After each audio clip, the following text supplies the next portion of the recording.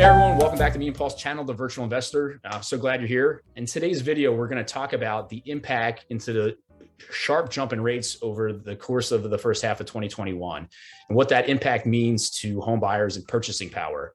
So this is a great chart that we shared with our students a few weeks ago in our virtual investor community. And I think it really illustrates a good job of where you want to look at purchasing properties that have the maximum amount of buyers. So, recently me and Paul earlier in the year, were buying properties in the, call it, 600K to $1 million range because rates were cheap. You had plenty full of buyers in there. This is a great example of when rates were 3% earlier in the year to now where they're at, call it 6% midway through the year. This is the third week of June. We could clearly see just on a 400K mortgage, 50 million people could afford that at a 3% rate.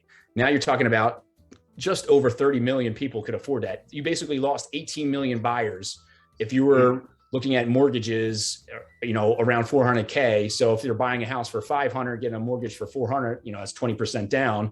You just lost 18 million buyers throughout the country.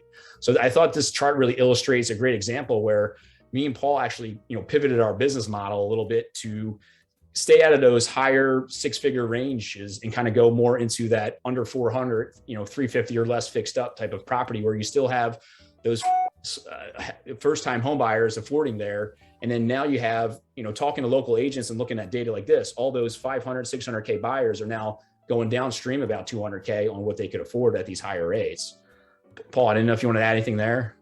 Yeah, I mean, the rates are so important when you're looking at, right? Just based off if you even look at the lower levels, like your first-time home buyers, we lost, I think it was 9 million first-time home buyers, right? So what happens is each time you get the rate increase, there's buyers from the higher levels that drop down to your level, but there's also people that drop off your level and drop down and out. So it's important to stay in that lower threshold, that 350 and under, just because that's your biggest buyer pool. And the luxury is the first one hit. So the first time Mike and I see signs of weakness here, we'll get out of that luxury, the higher level markets, unless it's a particular market where there's just a ton of cash buyers and people have a lot of money to be able to buy in whether it's Florida or Arizona, right, where there are more cash buyers in those areas.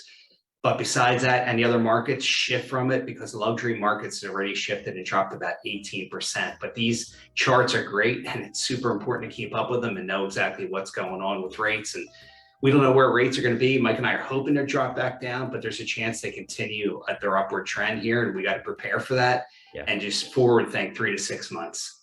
Yeah, absolutely. So, folks, if you have any questions, feel free to ask them in the comments section below. If you haven't already done so, please like and subscribe to the channel. And if this is something that you want to join and get kind of this cutting edge information from us, feel free to, go to reoauctionacademy.com to kind of, sign up and join our program. Thanks everyone and have a great day. Thanks, guys.